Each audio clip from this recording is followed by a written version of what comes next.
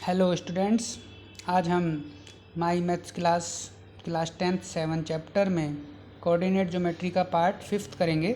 इसमें हमने last class में सिखाया था सेक्शन फार्मूला और उसी के बेस पर आगे कुछ क्वेश्चन होंगे। एक क्वेश्चन है हमारे पास, find the ratio in which the line segment A and B, हमने इनको लेट कर लिया। जो हमें लाइन बना रहे हैं 2 पॉइंट्स -3 और 10, 6 और -8। ये कहते हैं कि इन दोनों को मिलाने से एक लाइन सेगमेंट बनता है और इन पर एक पॉइंट आता है इनको काटता हुआ, जिसकी वैल्यू -1 और 6 है कोऑर्डिनेट्स की। अब हमें ये बताना है कि ये किस रेशो में डिवाइड, कितने रेशो में डिवाइड हो गई है। तो फाइंड द रेशो।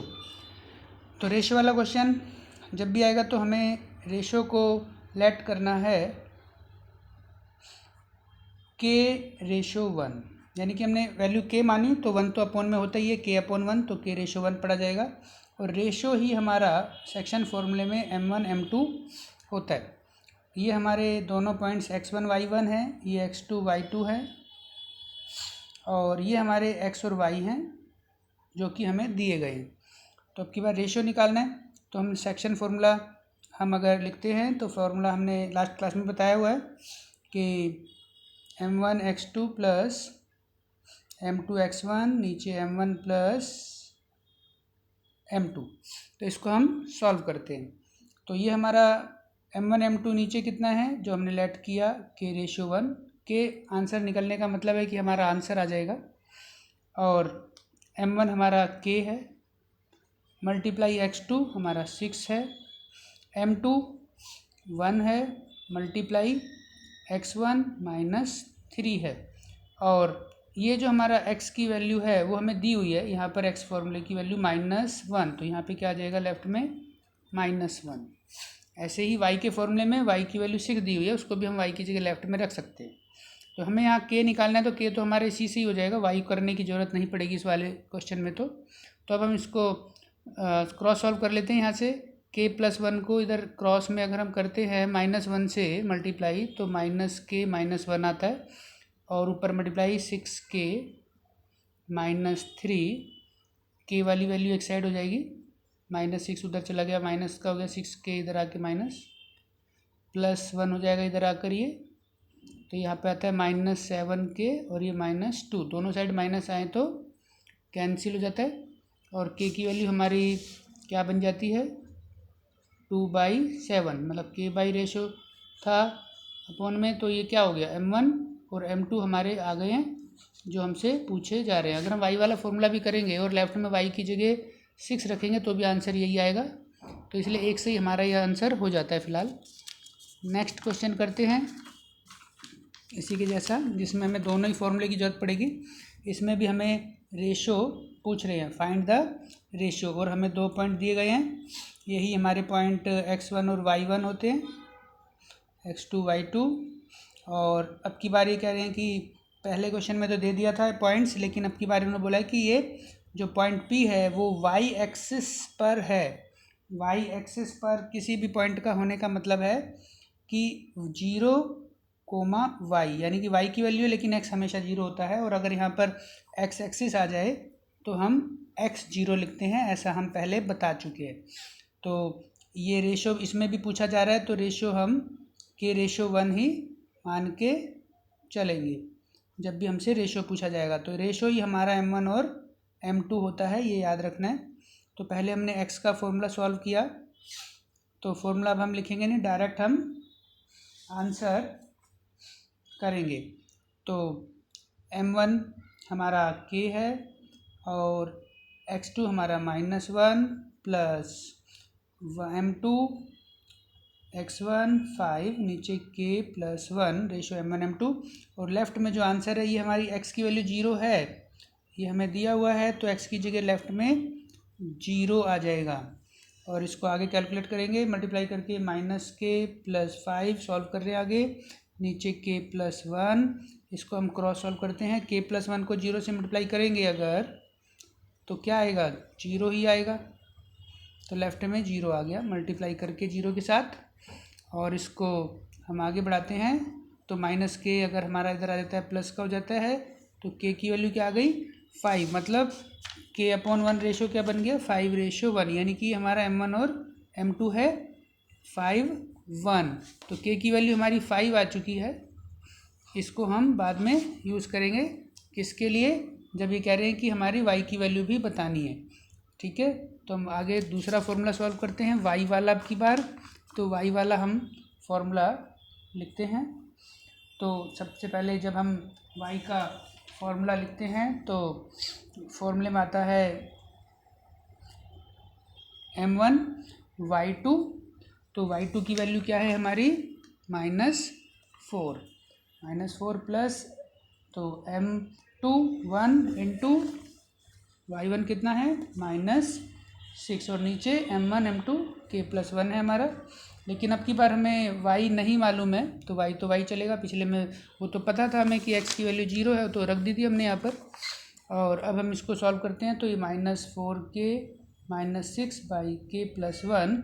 अब यहाँ पे हम क्या करेंगे, k की वैल्यू फ्रॉम इक्वेशन 1, k की वैल्यू क्योंकि हमारी दी हुई है 5 जो कि निकल चुकी है पीछे, हम k की जगह पर 5 पुट कर देंगे और इसको आगे सॉल्व करते हैं। दोनों k की जगह पर 5 आ गया है तो -20 -6 और नीचे आ गया हमारे पास 6, तो ऊपर आ गया 26 और डिवाइड करते हैं 2 से तो 13/3 आता है। तो यानी कि हमारी y की वैल्यू आ गई है। और यानी कि p पॉइंट क्या था हमारा 0y, तो p के पॉइंट्स आ गए हमारे पास 0, y यानी कि 13/3, ये हमारा आंसर है। और k की वैल्यू भी हमारी निकल चुकी है 5, रेशो भी निकल चुका है k की वैल्यू के साथ और हमारे कोऑर्डिनेट्स भी आ गए हैं। इस तरह क्वेश्चन एग्जाम में इम्पोर्टेंट क्वेश्चन है, ये पूछा जाता है। इससे आगे हम एक और इम्पोर्टेंट क्वेश्चन करते हैं।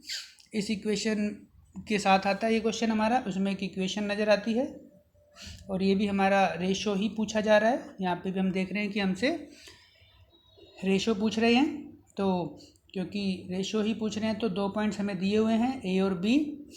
तो एक हमने a पॉइंट लिया, एक हमने b लिया। 2 - 2 3 7, ये x1 y1 है, ये x2 y2 है। इस तरह के हमने 2 क्वेश्चन पीछे कर लिए हैं मिलते जुलते। और ये कहते हैं कि एक p पॉइंट है, उसके x और y हमें नहीं पता, लेकिन जो वो लाइन है वो इससे आई हुई है, ये जो पॉइंट आया हुआ है इससे ग्राफ से आई हुई है।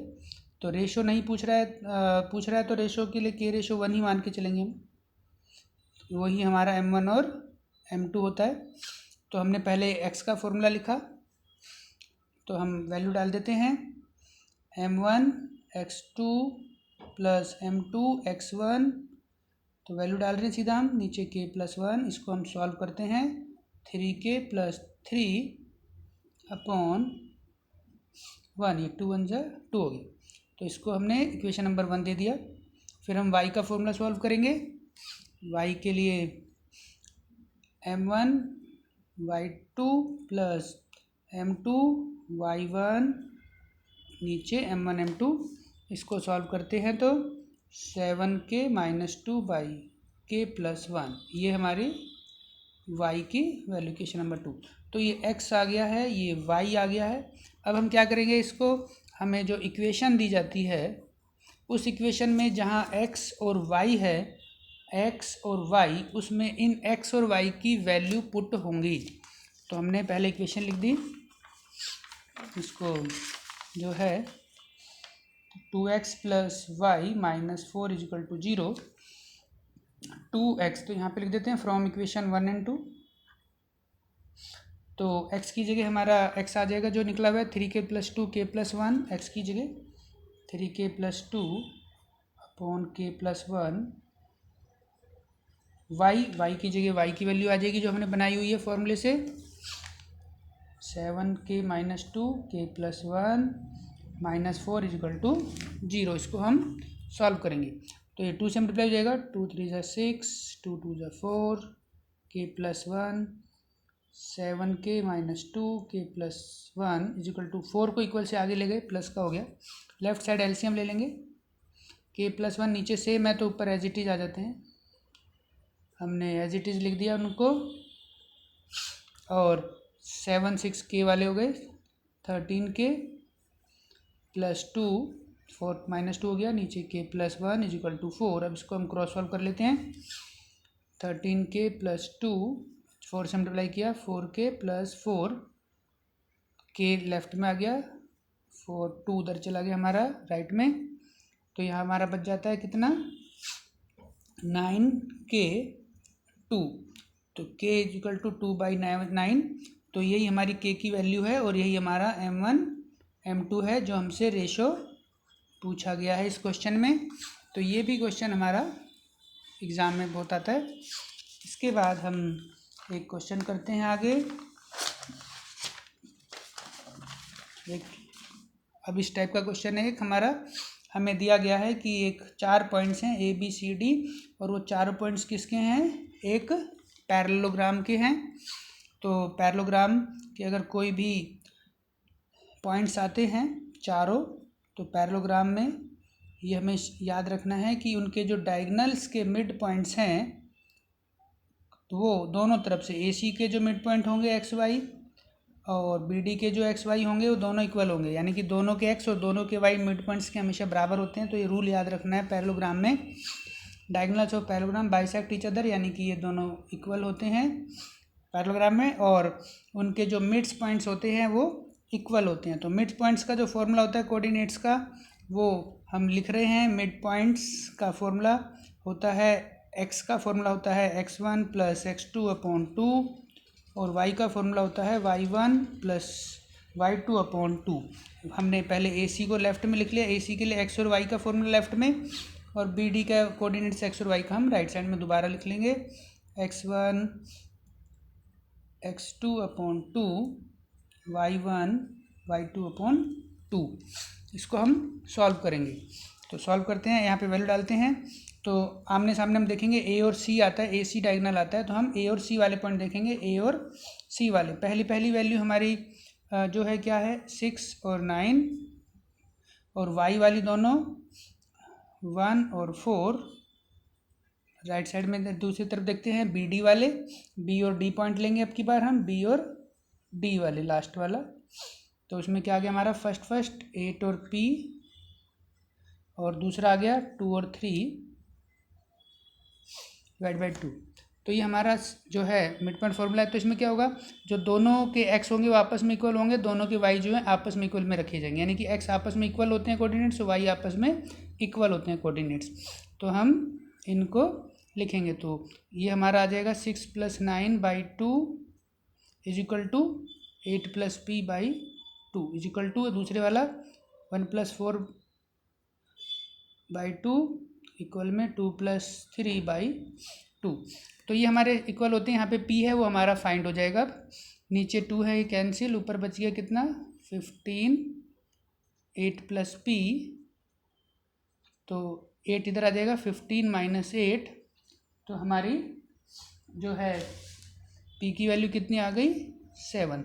तो यह हमारे पास इक्वल ही है, अगर हम इनको सॉल्व भी करेंगे तो देखोगे इक्वल आ रहा है ये वाला, इसलिए कि यहाँ पे कोई वेरिएबल नहीं है इसलिए इसकी ज़रूरत नहीं पड़ी।